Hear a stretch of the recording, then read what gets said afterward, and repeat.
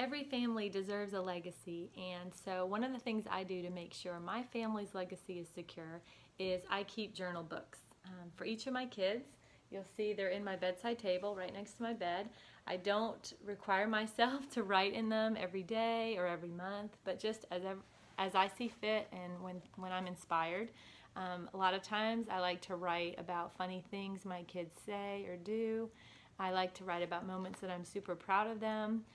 I often write about my hopes and dreams for them, and if I read a specific scripture or a quote and it speaks to me about them, I'll write it in their journal book.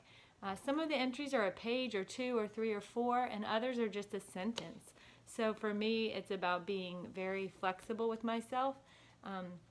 You can see there's all different styles. I like this spiral bound because it lays flat and open when I'm writing, and I can also turn it backwards to write easier. Oftentimes I'm writing in bed, so having a pen handy is good. I got a couple of these at Hobby Lobby for $1.99. They're super easy and nice.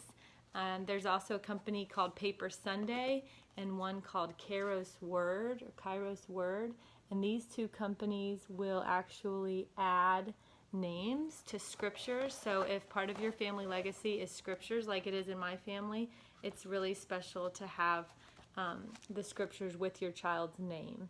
So that's very special. I think it's really cool that my kids are going to have these as a treasure, and I also find it as a treasure because I'll go back and read how I felt or things I said on certain dates, and it's such a gift to read my feelings about my kids, and sometimes when I'm frustrated with them too, to be reminded of all the sweet things they've done and how I am proud of them.